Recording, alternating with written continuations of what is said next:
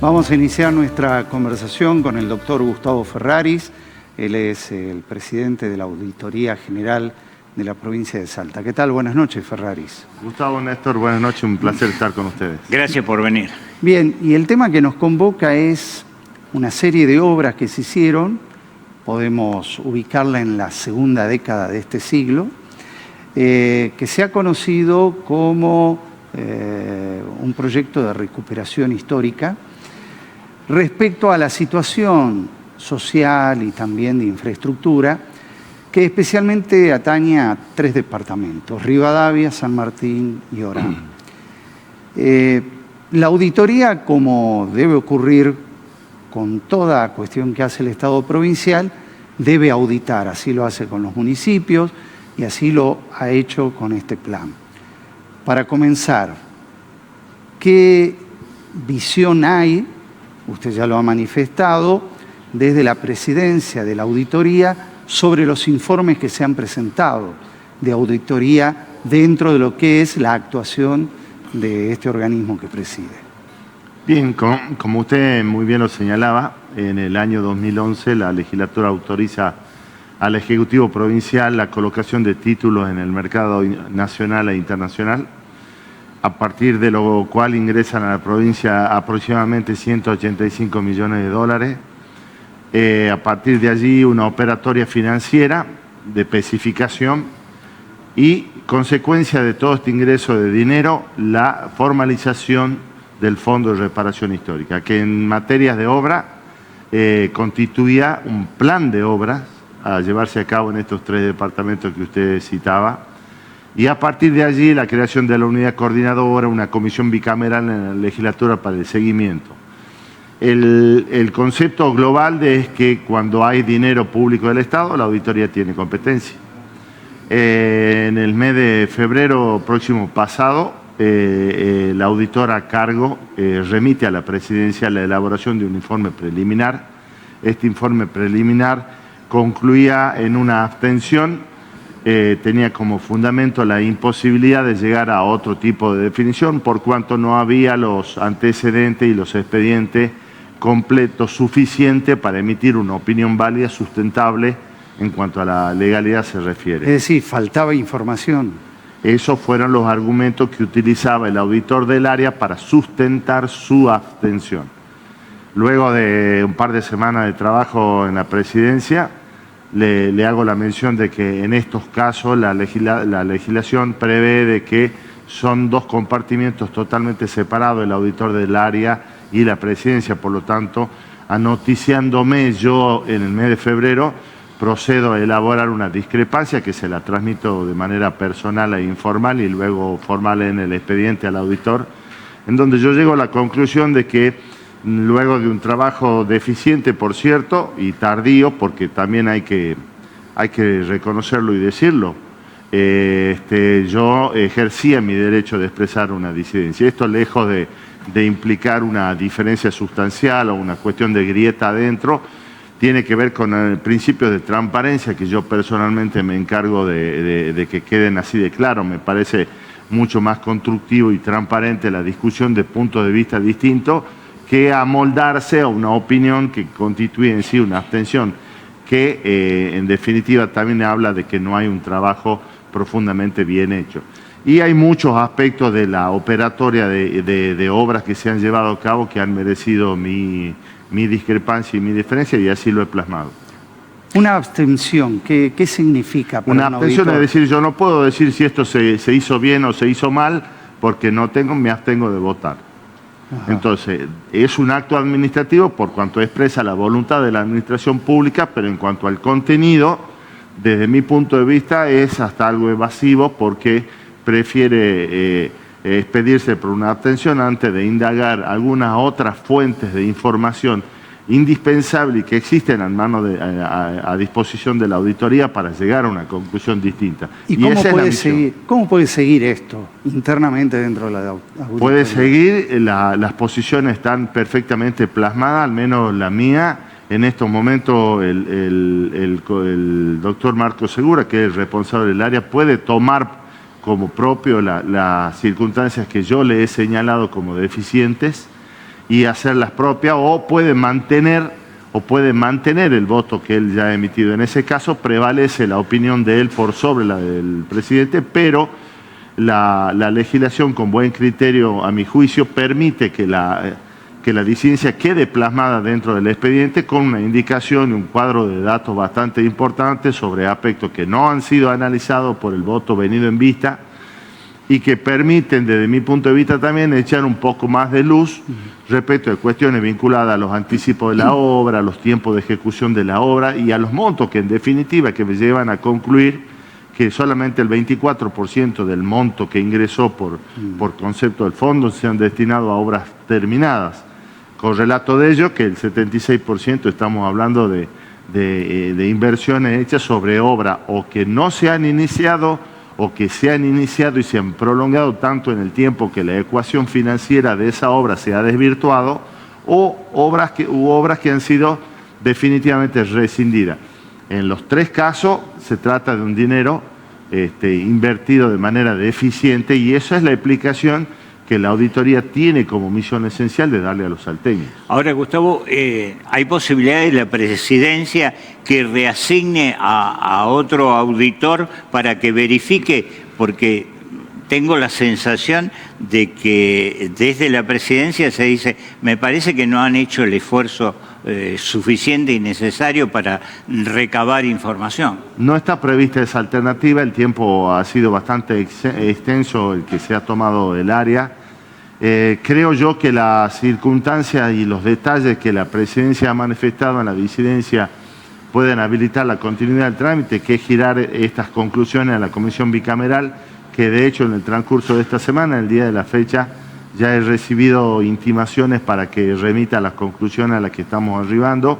Yo tengo la visión y el concepto de que la alternativa que me plantea no es posible, y de que sí existen, tanto en el expediente como en otras fuentes disponibles con las que contamos, llegar a conclusiones específicas sobre cómo ha sido el manejo y el tratamiento del plan de obras. Una de las cuestiones importantes era, en las demoras, esos años fueron años de procesos inflacionarios muy importantes, además con un mecanismo del mercado cambiario que tenía dos alternativas, un mercado oficial y un mercado paralelo con enormes brechas de diferencia.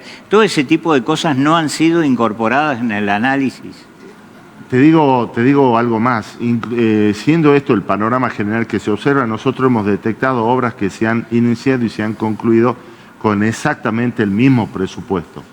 Esto, lejos de ser una señal de eficiencia en el manejo del dinero y en la ejecución de la obra, es una señal de alarma que en el universo del control público existe. Es decir, no existe el milagro de la registración con un nivel de perfección tal de que la obra presupuestada se ejecuta luego de varios años en un contexto plenamente inflacionario con el mismo monto. Estos son datos que alertan sobre cuestiones de subfacturaciones, sobre cuestiones registradas en otras obras. Y este es un problema que lo vemos reiteradas veces. Respecto a lo que me preguntaba de la pregunta, tampoco resulta claro los procesos de redeterminaciones de los precios. Por un lado, que siempre ha sido el Estado el que ha soportado los efectos inflacionarios. ¿Qué quiere decir esto? Que siempre ha terminado pagando redeterminaciones de precios. Pero cuando el Estado resultaba acreedor de aquellos anticipos pagados y que debían ser restituidos fruto de las rescisiones de contrato, generalmente se hacían a valores históricos. Esto habla de una desigualdad en el tratamiento del recupero del dinero público. Pero ¿hay delito o presunción de delito ahí, malversación de fondos públicos? Y de movida hay montones de conductas que deben ser profundizadas. Lamentablemente la auditoría es un órgano administrativo y no tiene el imperio necesario para recabar otro tipo de pruebas, pero sí puedo afirmar de que de las constancias existentes, numerosos hechos merecen otro tipo de explicación y no las que surgen del informe preliminar y de las constancias del expediente. ¿Y la auditoría puede formalizar denuncias penales? Por supuesto que lo hemos hecho en cantidad de situaciones a lo largo de este año. Es una práctica que tenemos y llevada en numerosas circunstancias con intendentes y en montones de otras circunstancias. Esta no va a ser ajena, pero en este caso seguramente también vamos a esperar la opinión de la Comisión Bicameral, que prontamente, a la mayor brevedad, van a recibir el informe y las conclusiones a las que hemos arribado. Ahí hay algo muy interesante e importante, ¿no?, para analizar, que es la intervención del Poder Legislativo.